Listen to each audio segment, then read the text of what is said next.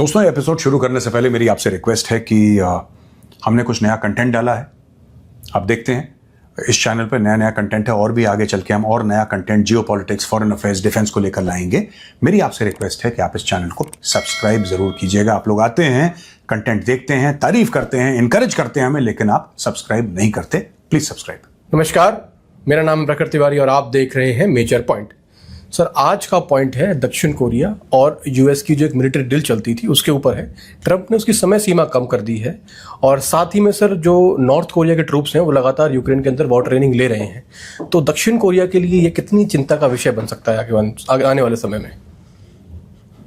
प्रखर, ये थोड़ा सा सवाल आपका पेचीदा है। मैं समझाने की कोशिश करूंगा, मुझे कुछ वक्त लगेगा इसको समझाने में। देखिए, ऐसा है कि डोनाल्ड ट्रंप की मानसिकता पहले समझनी पड़ेगी कि डोनाल्ड ट्रंप किस किस्म के व्यक्ति हैं। जी सर। उनको ऐसा लगता है कि दूसरों को कंफ्यूज करके वो जीत सकते हैं, लेकिन ईरान के साथ जो लड़ाई हुई है उनकी, उसमें ये देख लिया कि भाई आप कितना भी कंफ्यूज करें, जीत नहीं पाए हैं। इनकी जीत मतलब ईरान की हार, और ईरान ने जब तक हार नहीं मानी, हम कैसे कह सकते हैं कि जीत गए। अभी जो पूरा मामला है ना, ये ड्रिल करने का, कि साहब साउथ कोरिया और यूएस की मिलिट्री ड्रिल्स होनी है जी। तो उसने बोला कि अब तो लास्ट मोमेंट है, मैं कैंसिल तो नहीं कर सकता हूं इसको, लेकिन इसको हम थोड़ा सा डाउनग्रेड कर देंगे और ये सब कर देंगे। This is passing a message to South Korea. और ये डोनाल्ड ट्रंप सबके लिए कर रहे हैं, ये जापान के लिए कर रहे हैं, ये अपने गल्फ के जितने एलाइज हैं उनके लिए कर रहे हैं। आप अगर आप नेटो के देश देख लें, उनके लिए कर रहे हैं, सबके लिए कर रहे हैं। क्योंकि डोनाल्ड ट्रंप के दिमाग में एक ये बात है कि भाई पूरी दुनिया अमेरिका का फायदा उठाती है, पूरी दुनिया अमेरिका का फायदा उठाती है, पूरी दुनिया अमेरिका से पैसे कमाती है, पूरी दुनिया ऐसा वैसा, तो मैं आया हूं, मैं इतिहास बदल दूंगा।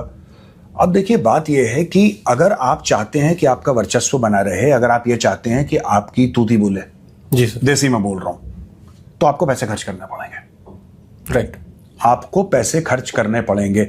अगर आप चाहते हैं कि दुनिया आपको या यूनाइटेड स्टेट्स ऑफ अमेरिका को बॉस समझे, तो क्यों समझे भाई? आपने ऐसा क्या कारनामा किया है, उनको कौन सा ऐसा बेनिफिट दिया है जिसकी वजह से ये लोग ये समझ लें कि नहीं साहब, ये तो बॉस है यार, ये तो बहुत बड़े तीसमार खान है।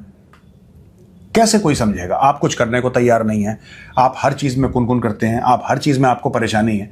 तो जब ऐसा होगा तो देन लीडरशिप पोजीशन तो आपकी लूज हो जाएगी। आज की तारीख में कई लोग हैं जो चाइना को लीडर समझते हैं। चाइना पैसा देता है, सिंपल सी बात है, चाइना पैसा देता है, चाइना अपना काम करवाता है, लेकिन चाइना पैसा देता है, चाइना इन्वेस्टमेंट करता है। ये नहीं चाहते।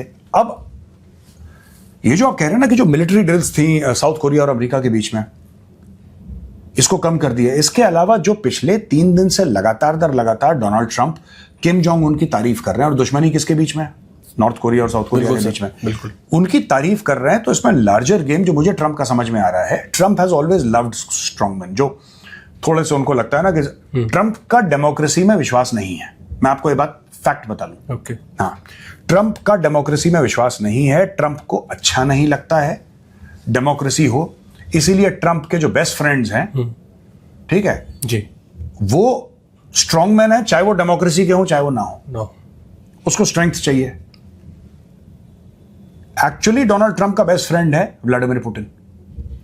ट्रंप जिसको एडमायर करता है वो शी जिनपिंग है। तो भाई अब यह है जी।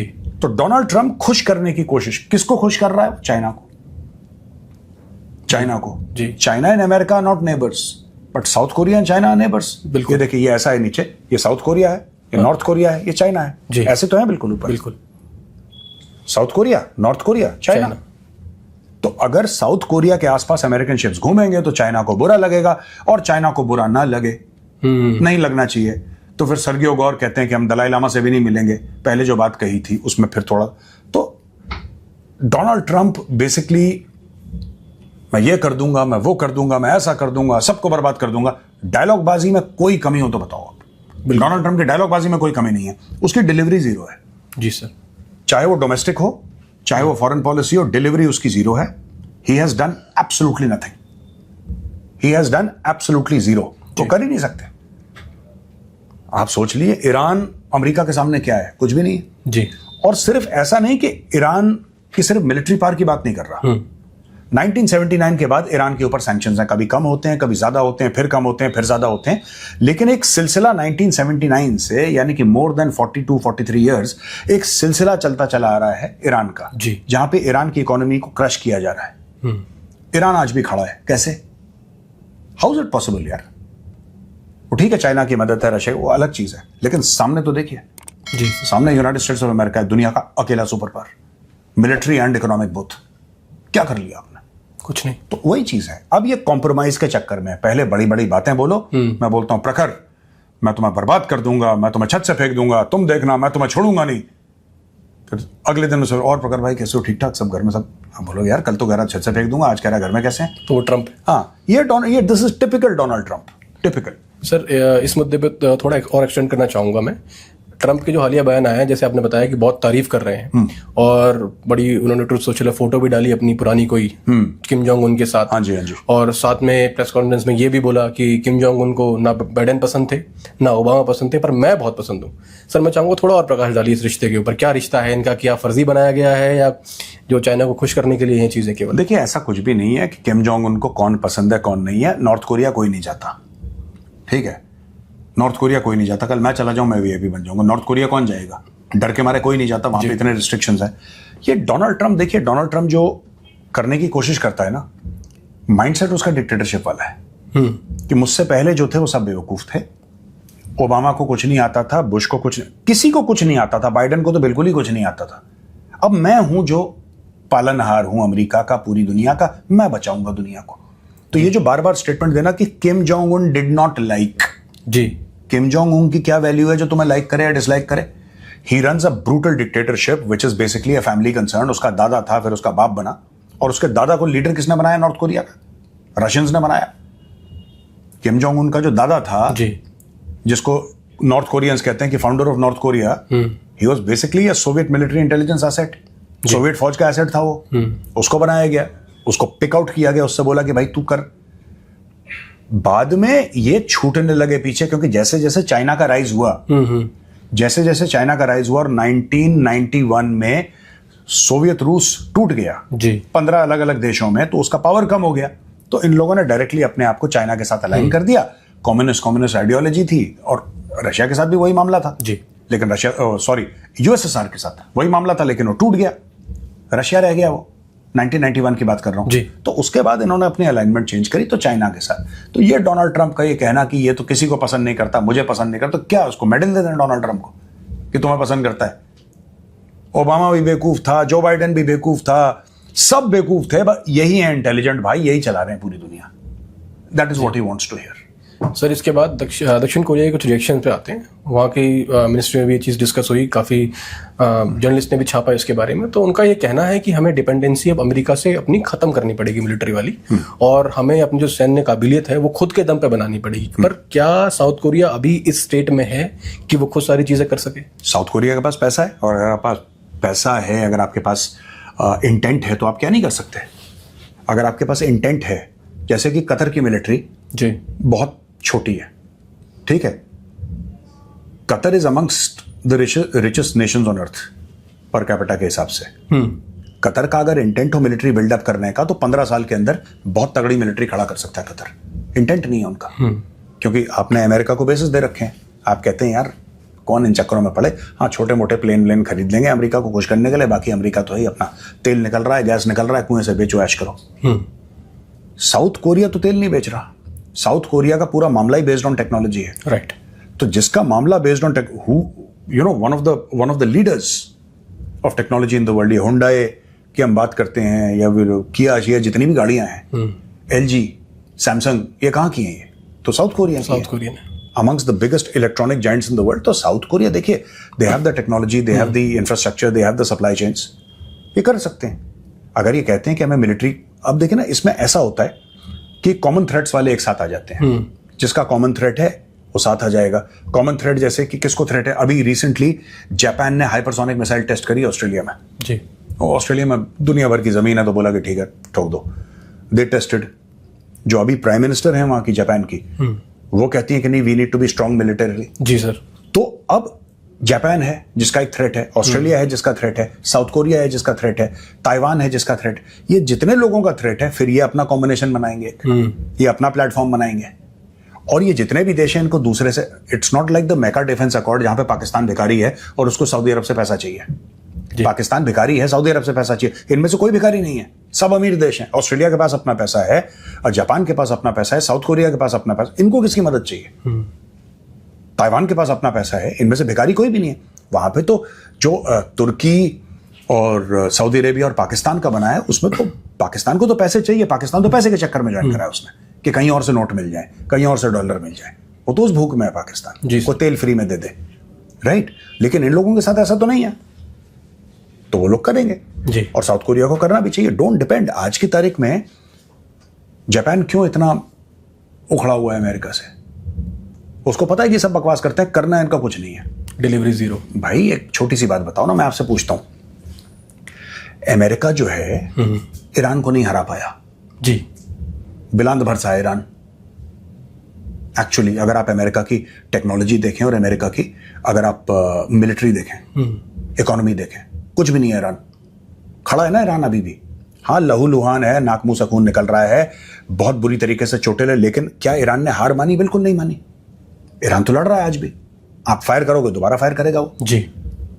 तो जापान और बाकी सब देश ये सोच रहे हैं कि जब ये कॉम्प्रिहेंसिवली ईरान को नहीं हरा पाए, ये चाइना को हरा लेंगे? नहीं सर, बहुत मुश्किल है। आप ताइवान की बात करो, ताइवान को तो डायरेक्ट थ्रेट है चाइना से जी। ये कहते हैं हम तुम्हारे लिए लड़ेंगे। अबे तुम पहले ईरान को तो हराओ, बाद में लड़ना तुम चाइना से। China is a giant, true, China is a giant.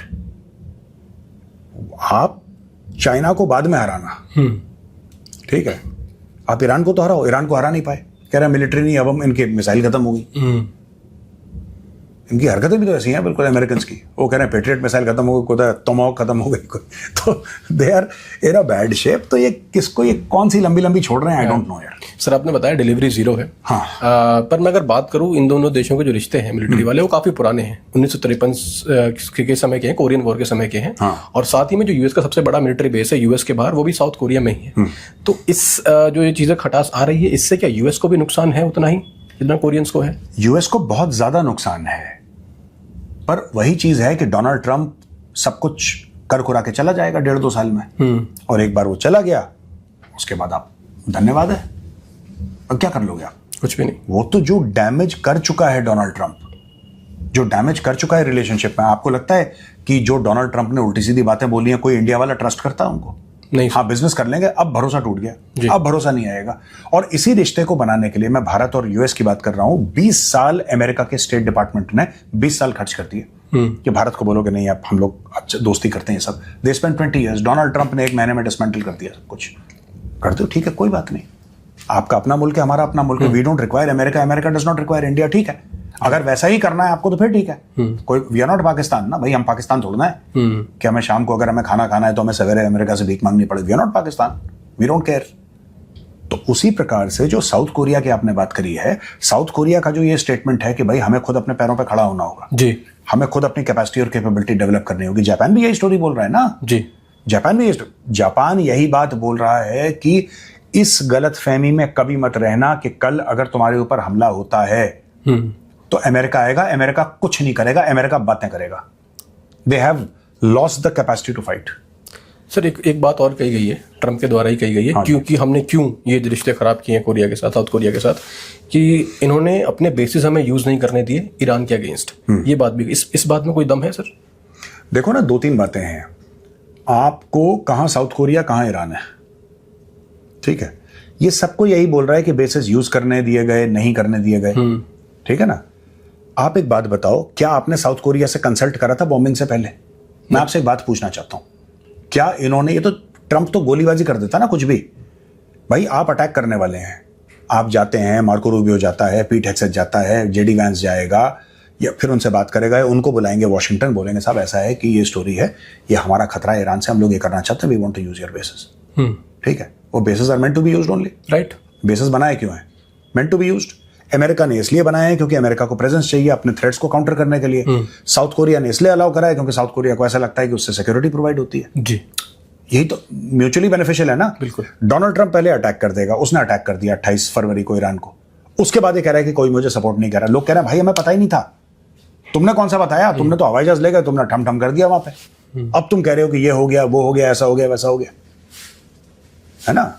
तो it was ill thought through, ये जो पूरी अमेरिका ने करा है, इसमें सबसे क्लैरिटी जो मुझे दिखी, मुझे इजरायलीज की दिखी। Israelis are very clear, Israelis में 100% क्लैरिटी है। बिल्कुल ठीक है, वो काम कैसा करें, सही करें गलत करें, उनके दिमाग में क्लैरिटी बहुत है, they have absolute clarity. The Americans are always foggy, पता नहीं करना है नहीं करना, पता नहीं क्या कंफ्यूजन है इनका, पता नहीं। सर ट्रंप की पर्सनैलिटी को लेके जब हमने बात करी, और उसी कन्फ्यूजन सर मुझे भी बहुत ज़्यादा है, कुछ चीज़ें और बताता हूँ, मैं चाहता हूँ आप इसे क्लियर करें। सर अभी वो कुछ दिनों पहले बयान दे रहे थे कि हम जो है इतना बड़ा इकोनॉमिक प्रेशर डालेंगे ईरान के ऊपर, और कोई भी अगर ईरान के साथ आया उसको भी हम नहीं छोड़ेंगे।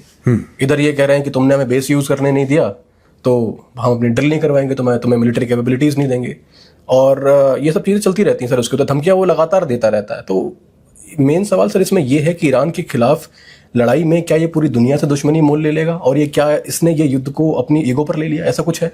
नहीं, ट्रंप की ना कोई ईगो है ना कोई सेल्फ रिस्पेक्ट है, उसका कुछ नहीं है। हाँ ईगो हो सकती है, उसकी सेल्फ रिस्पेक्ट नहीं है। आई स्टैंड करेक्टेड, उसकी ईगो है, उसकी सेल्फ रिस्पेक्ट नहीं है। मैं आपको बताता हूं क्यों। देखिए ऐसा होता है कि आज की तारीख में डोनाल्ड ट्रंप ये बोले कि साहब हम व्हाटएवर यू सेड जी, वो ईगो पे ले किसी पे भी ले, उससे पहली बात तो कोई फर्क पड़ेगा नहीं, टू बी वेरी ऑनेस्ट। बिल्कुल। क्या फर्क पड़ना है उससे, कुछ भी नहीं। किसी को क्या फर्क पड़ना है। आज की तारीख में कह रहा है कि इकोनॉमिकली मैं मार दूंगा। इकोनॉमिकली तो वैसे ही ईरान का बेड़ा गर्क हो रखा है, ईरान का बहुत बुरा हाल है, ईरान की करेंसी का बहुत बुरा हाल है। ईरान में तबाही फेर दी, और आज से नहीं फिर रही है, बहुत दशकों से फिर रही है, आज से नहीं। हाँ इस लड़ाई ने वो प्रोसेस को और तेज कर दिया है, ठीक है। लेकिन जब तक ईरान को चाइना का सपोर्ट मिलता रहा और रशिया का सपोर्ट मिलता रहा, ईरान लड़ता रहेगा जी। यही तो यूक्रेन के साथ हुआ है, यूक्रेन लड़ता रहा ना, जबकि रशिया ने इतने हमले करे, बर्बाद कर दिए शहर के शहर। लड़ रहा है ना वो, आज भी लड़ रहा है जी। आउटसाइड सपोर्ट आप लड़ लेते हो। दूसरी चीज है कि वो दुनिया को ऐसा कर दूंगा, दुनिया को वैसा कर दूंगा। भाई दुनिया को मारो गोली। मैं डोनाल्ड ट्रंप को सीधी बात कहता हूं, 90% ईरान का तेल कौन खरीदता? चाइना। 90%। लोगों ने बोला सैंक्शन है, चाइना ने बोला हमें को फर्क नहीं पड़ता, हम तो खरीदेंगे। देखते हैं किसका बाप रोक लेता है। आप दुनिया भर को सैंक्शन लगाने की बात को छोड़ो, प्रेसिडेंट डोनाल्ड ट्रंप साहब, आप छोड़ दो दुनिया को, इसको सैंक्शन लगा दूंगा इसको। आप चाइना की बात करो 90%। आप 10% को क्यों देख रहे हो? आप 90% को देखो ना। जो 90% है, 90% है, उनको देखो जी, उनसे बात करो कि भाई तुम तो तेल खरीदते हो ईरान से, हम तुम्हारे ऊपर सैंक्शन लगाएंगे। जाओ चाइनीज के ऊपर लगा के देखो, तब हम मानेंगे कि कितना बड़ा 30 मार गाना है ये। बिल्कुल, है ना सर। बहुत बहुत धन्यवाद हमसे जुड़ने के लिए, और आप लोगों को भी बने रहने के लिए धन्यवाद। मिलते हैं अगले एपिसोड में। जय हिंद।